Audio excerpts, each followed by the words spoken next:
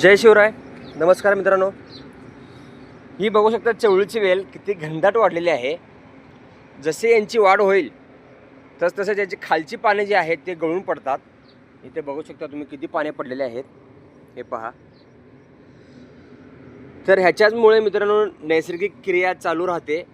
जसे की हे पाने खाली पडल्यानंतर मातीमध्ये जे जीवाणू असतात किंवा आपले हे गांडूळ असतात तर ते खातात आणि त्यांच्या विष्ठेने ह्या मुळ्यांना पोषण तत्व मिळतं.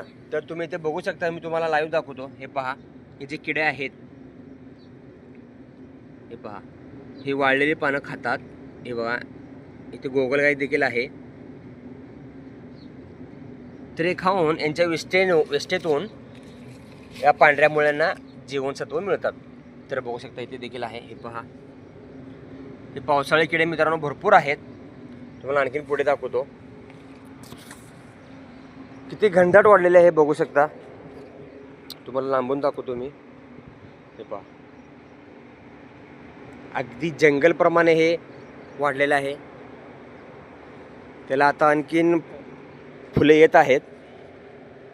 चॅनलमध्ये मी आधी व्हिडिओ सेंड केलेलाच आहे. हे पहा, ही घोसावळीची वेल आहे. किती छान वाढ झालेली आहे. इथे खाली पडलेले आहेत पाने बघू शकता तुम्ही. हे पहा, भरपूर पाने पडलेले आहेत. हेच ते नैसर्गिक क्रिया म्हणतात मित्रांनो. ह्याच्याचमुळे झाडांची वाढ छान होते. हे पहा, इथे किडे भरपूर आहेत.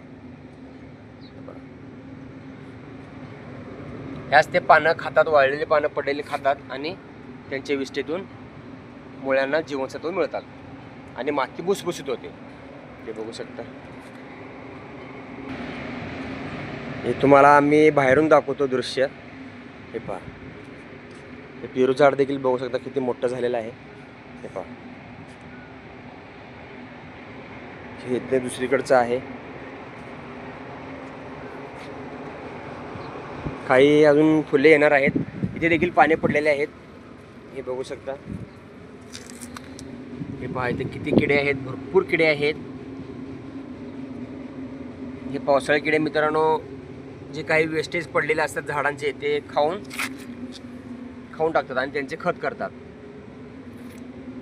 हे बघू शकता. हे पहा, इथे खात आहेत. धन्यवाद मित्रांनो. पुढच्या व्हिडिओमध्ये भेटूया.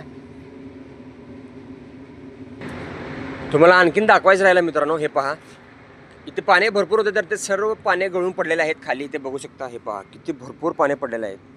हे पहा, त्याच्या खाली ते गांडूळ वगैरे येतात आणि हे पाने खातात. हे पहा, इथे किडे आहेत, त्याच्या खाली जाऊन खातात ते. धन्यवाद.